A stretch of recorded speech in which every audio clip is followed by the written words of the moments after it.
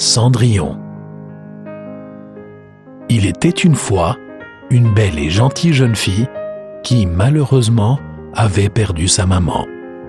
Son père se remaria avec une femme acariâtre et vaniteuse qui avait 2 filles, Anastasie et Javotte, toutes 2 aussi méchantes que leur mère.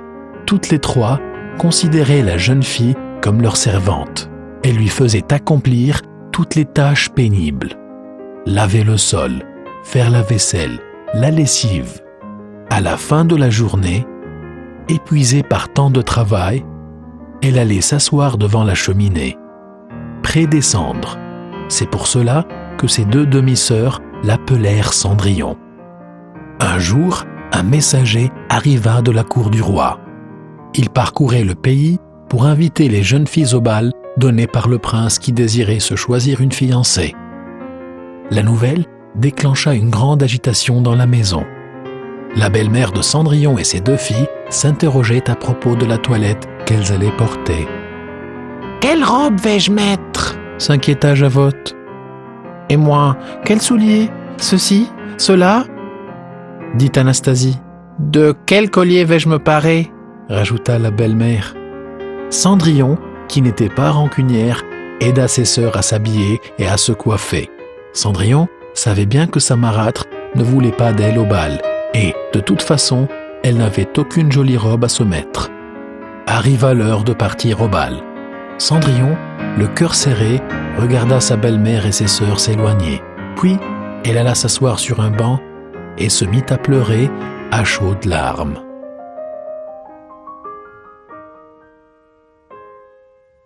« Eh bien, que se passe-t-il, ma petite ?» dit soudain une voix douce. Stupéfaite, Cendrillon aperçut alors devant elle une dame qui tenait une fine baguette. C'était sa marraine, une gentille fée. Entre 2 sanglots, Cendrillon expliqua qu'elle aurait tant aimé accompagner ses sœurs au bal. « Cesse de pleurer, nous allons arranger ça, » dit la bonne fée. Elle demanda à Cendrillon d'aller chercher dans le jardin une grosse citrouille, quelques souris, un rat et 2 lézards. Cendrillon s'exécuta sans comprendre. Ensuite, d'un coup de baguette magique, sa marraine transforma la citrouille en un splendide carrosse, les souris en magnifiques chevaux blancs, le rat en cocher et les lézards en laquais.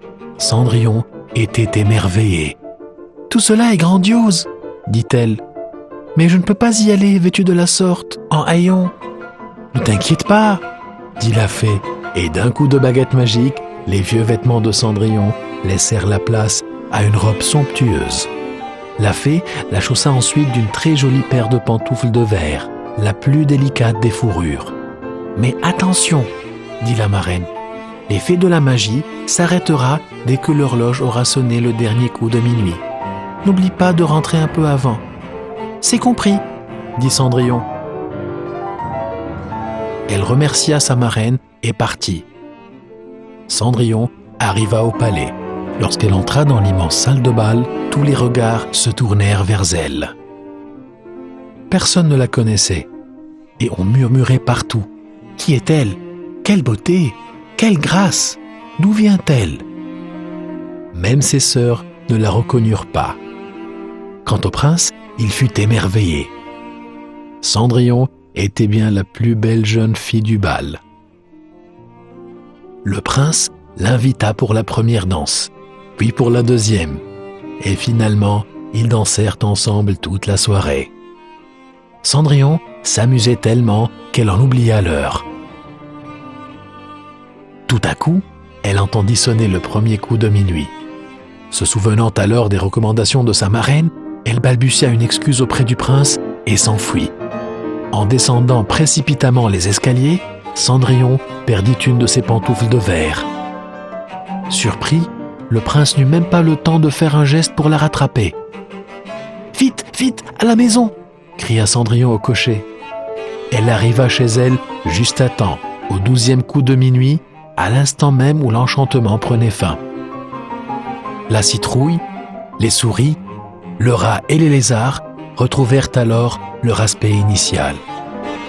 Et la belle robe de Cendrillon redevint guenille.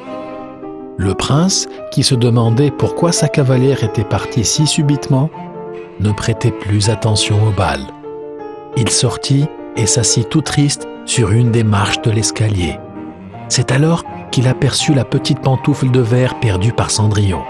Et il la ramassa. « C'est grâce à cette pantoufle que je la retrouverai », se dit le prince, qui était tombé éperdument amoureux de la jeune fille. Il ordonna alors à son entourage de partir à la recherche de la demoiselle à qui appartenait la pantoufle de verre. On fit essayer la pantoufle à toutes les jeunes filles du royaume, mais aucune n'avait le pied assez menu pour la chausser. Un jour, un messager du prince se présenta à la maison de Cendrillon. Javotte et Anastasie se précipitèrent pour essayer la pantoufle. Elles tentèrent de la chausser, mais en vain. Elles avaient le pied beaucoup trop grand et trop large. C'est alors qu'arriva Cendrillon. « Et moi, puis-je l'essayer ?» demanda-t-elle. Ses sœurs ricanèrent en s'écriant « Mais elle n'était même pas présente au bal !»« J'ai ordre de faire essayer la pantoufle à toutes les jeunes filles du royaume sans exception », répliqua le messager. Cendrillon chaussa la pantoufle et, bien sûr, celle-ci lui alla à merveille. C'est alors que réapparut sa marraine, la bonne fée. D'un nouveau coup de baguette magique, elle transforma à nouveau les haillons de Cendrillon en une robe splendide.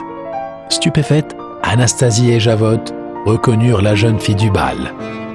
Elles implorèrent Cendrillon pour que celle-ci leur accorde son pardon, ce qu'elle fit immédiatement. Le messager emmena alors la jeune fille au palais.